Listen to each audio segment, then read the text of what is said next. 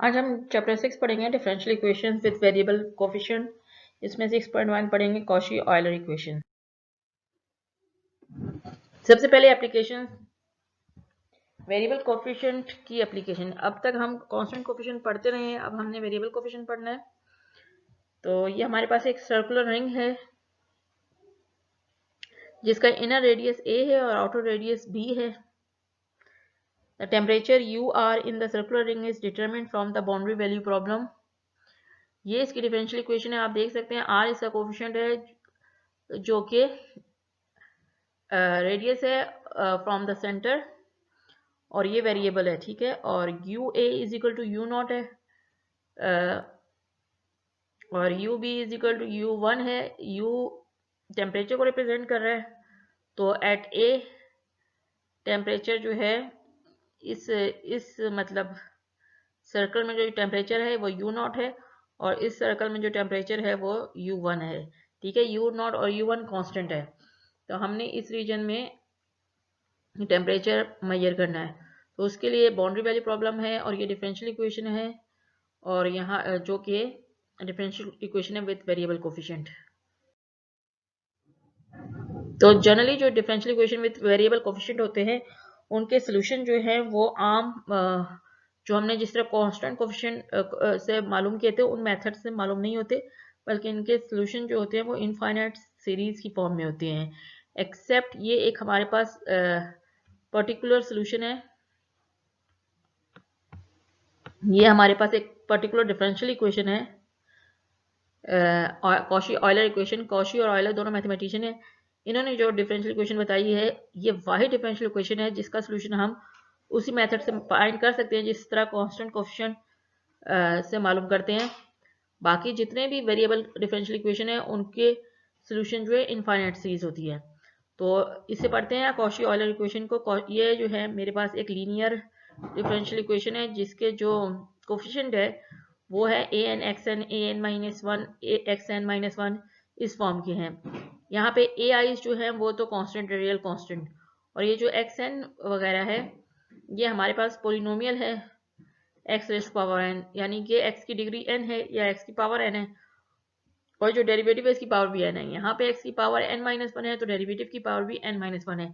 तो ये पहचान है कॉशी ऑयलर इक्वेशन की कि एक्स वेरिएबल की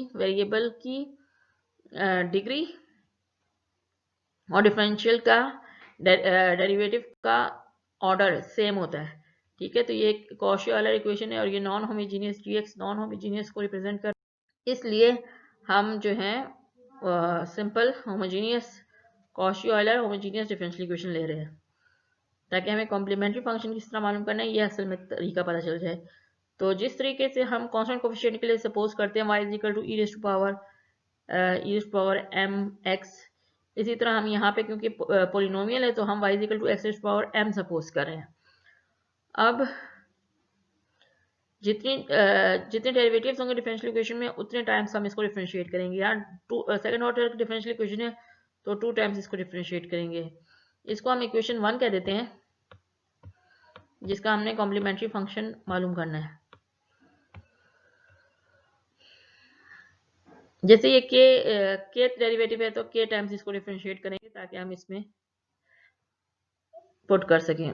तो सेकंड ऑर्डर डिफरेंशियल इक्वेशन के लिए मैंने इसको 2 टाइम्स डिफरेंशिएट किया, और यहाँ पे इसमें इक्वेशन नंबर 1 में इसकी वैल्यू पुट कर दी, और फिर एक्स इस पावर एम को कॉमन ले लिया। अब चूंकि ये सेकंड ऑर्डर डिफरेंशियल इक्वेशन जो है वो इक्वल टू 0 है, होमोजीनियस थी, तो यहाँ पे हमारे पास दो चीज़ों का प्रोडक्ट है।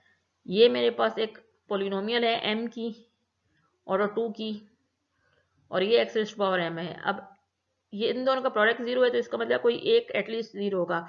x 0 नहीं हो सकता क्योंकि x जो है यहाँ पे कोफिशिएंट पे आ रहा है, तो अगर x 0 हो गया तो ये जो है इसका सोल्यूशन एग्जिस्ट नहीं करेगा, यूनिक सोल्यूशन। तो इसलिए x नॉन जीरो होगा, और हम ये जो सोल्यूशन फाइंड कर रहे हैं ये हम x को जो है कंसिडर कर रहे हैं 0 से इन्फिनिटी पे। x हमारे पास 0 से इन्फिनिटी पे है, ओपन इंटरवल। तो ये पोलिनोमियल जीरो हो जाएगी, ये क्या हो जाएगा, क्वाड्रेटिक इक्वेशन बन जाएगी। इसको सिंप्लीफाई कर लिया, क्वाड्रेटिक इक्वेशन बन गई।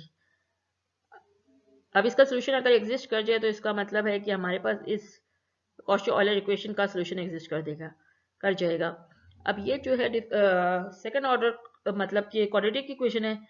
अब इसके लिए हम इसको सॉल्व करने के लिए क्वाड्रेटिक फार्मूला यूज करते हैं। तो हम देख सकते हैं कि क्वाड्रेटिक फार्मूले में जो डिस्क्रिमिनेंट होता है b² - 4ac जो होता है, तो वो हमारा क्या आता है, जो कि स्क्वायर रूट के अंदर होता है। तो उस पर डिपेंड करता है हमारे पास, अगर वो डिस्क्रिमिनेंट ग्रेटर देन 0 हो तो हमारे पास रियल बट डिस्टिंक्ट रूट्स आते हैं। तो उस केस में हमारे पास सोल्यूशन होगा y1 जो होगा xm1 हो जाएगा, और y2 x⁻m2 हो जाएगा। उनकी लीनियर कॉम्बिनेशन जो है वो जनरल सोल्यूशन हो जाएगी। सेकंड केस, जब हमारे पास डिस्क्रिमिनेंट 0 हो जाए तो हमारे पास रिपीटेड रूट्स आ जाते हैं। उस केस में एक सोल्यूशन तो मेरे पास ये हो गया y = x⁻m1। दूसरा सोल्यूशन फाइंड करने के लिए हम वो फार्मूला यूज करेंगे जो हम चैप्टर 4 में पढ़ चुके हैं, जो कि है y2 = y1 integral of integral of px dx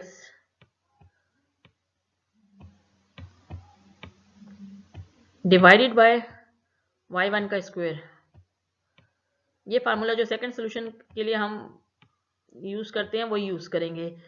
तो पहले सोल्यूशन को हमने x⁻m1 कह दिया।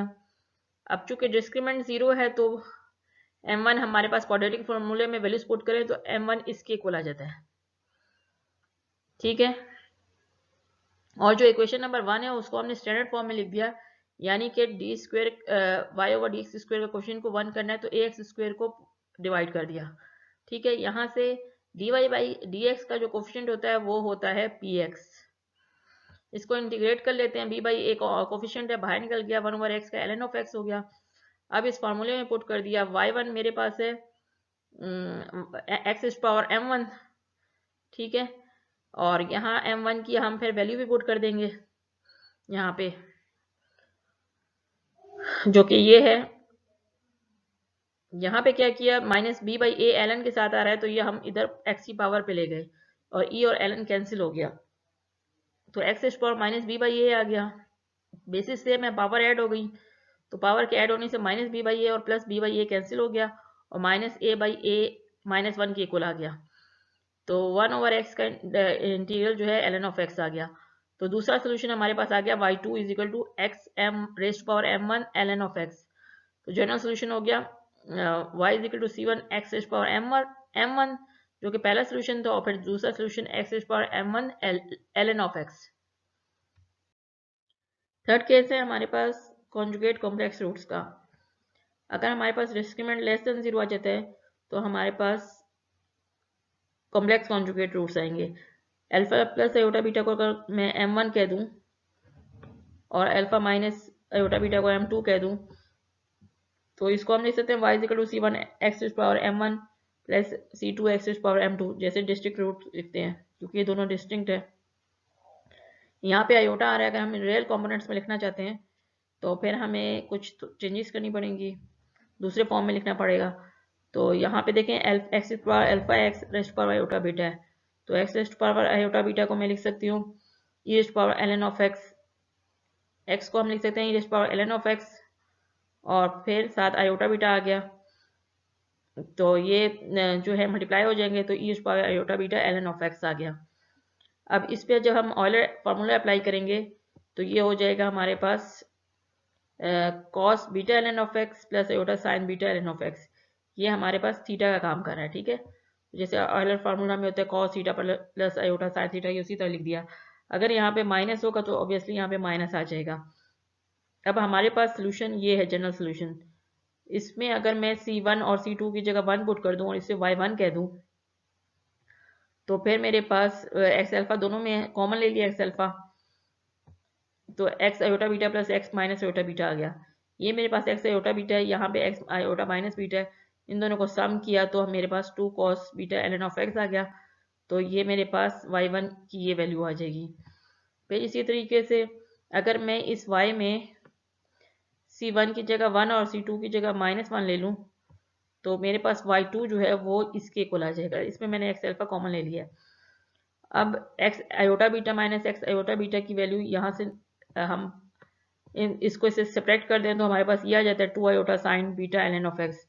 ये y2 मेरे पास इसके इक्वल हो गया। ठीक है, अब हम कोएफिशिएंट को इग्नोर कर दें, y1 को x alpha cos beta ln of x ले लें और y2 को x alpha sin beta ln of x ले लें और इनका ब्रॉन्स निकालें तो नॉन जीरो आता है if beta is greater than 0 on the interval 0 infinity. तो फिर मेरे पास y1 y2 मेरे पास नॉन जीरो आ गया इनका ब्रॉन्स किया, तो ये फंडामेंटल सेट ऑफ सॉल्यूशंस हो गए और फिर इनकी लीनियर कॉम्बिनेशन जो है वो हमारे पास जनरल सॉल्यूशन हो जाएगा। इस जनरल सॉल्यूशन को देखें बिल्कुल इसी तरीके से जैसे कांस्टेंट कोएफिशिएंट का होता है, सिर्फ ln ऑफ x इसमें एक्स्ट्रा है। अब हम कुछ एक्सरसाइज से क्वेश्चंस कर लेते हैं। क्वेश्चन नंबर 13 एक्सरसाइज का है। ये क्वेश्चन नंबर 13 है। ये देख सकते हैं आप x square y double prime है, एक्स वाई प्राइम है, तो ये हमारे पास कॉशी ऑयलर इक्वेशन है।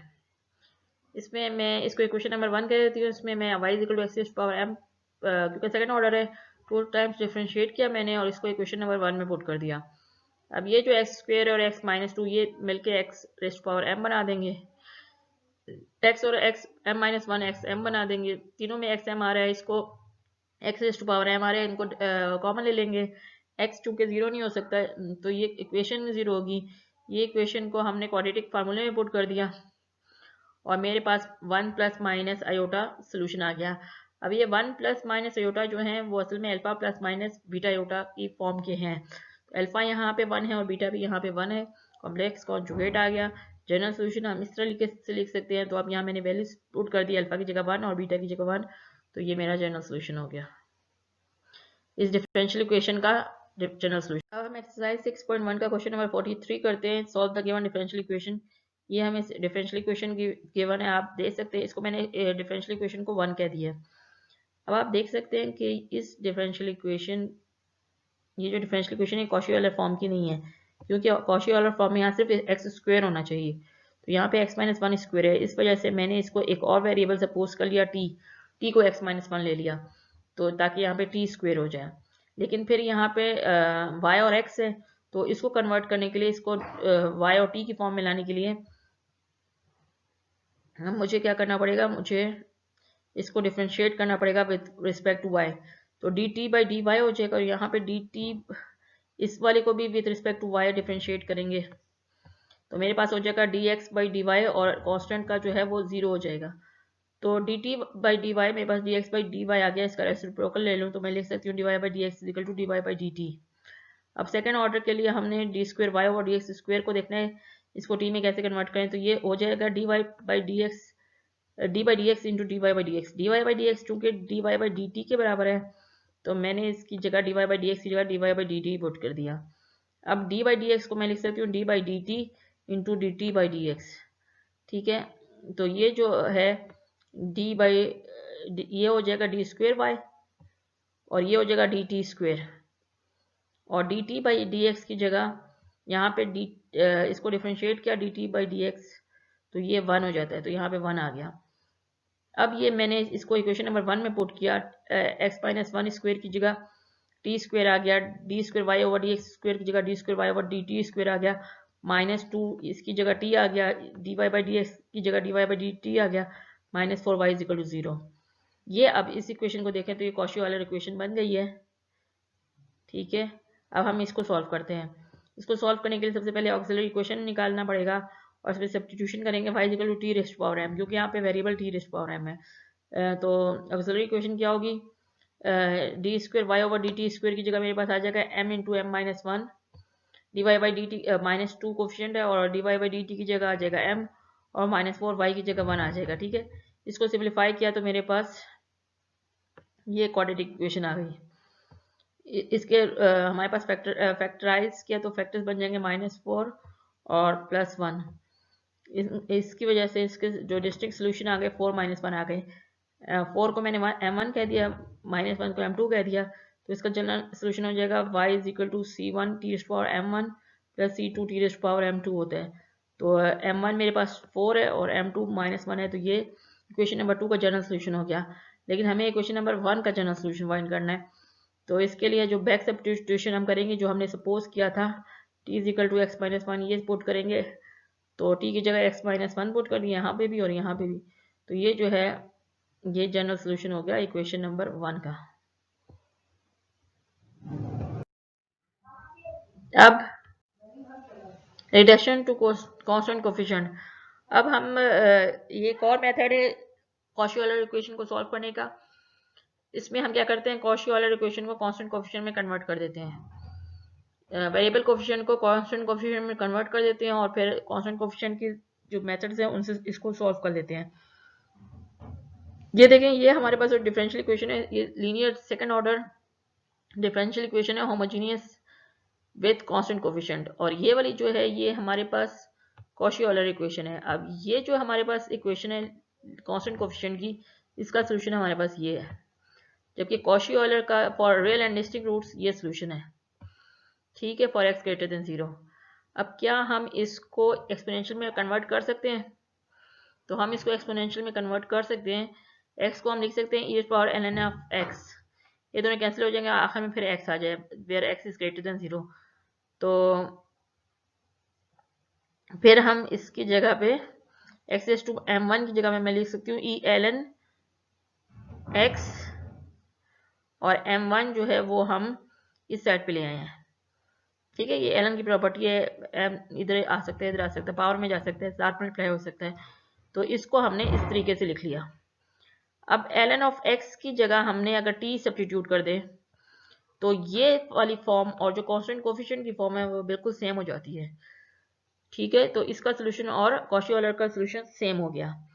तो इसका क्या मतलब हुआ, इससे हमने ये अखज़ किया कि अगर हम कॉशी-ऑयलर इक्वेशन में ये सब्स्टिट्यूशन करें t is equal to ln of x या x is equal to e raise to power t, यहाँ अगर मैं एक्सपोनेंशियल अप्लाई करूँ तो e raise to power t is equal to x आ जाता है, दोनों इंटरचेंजेबल है।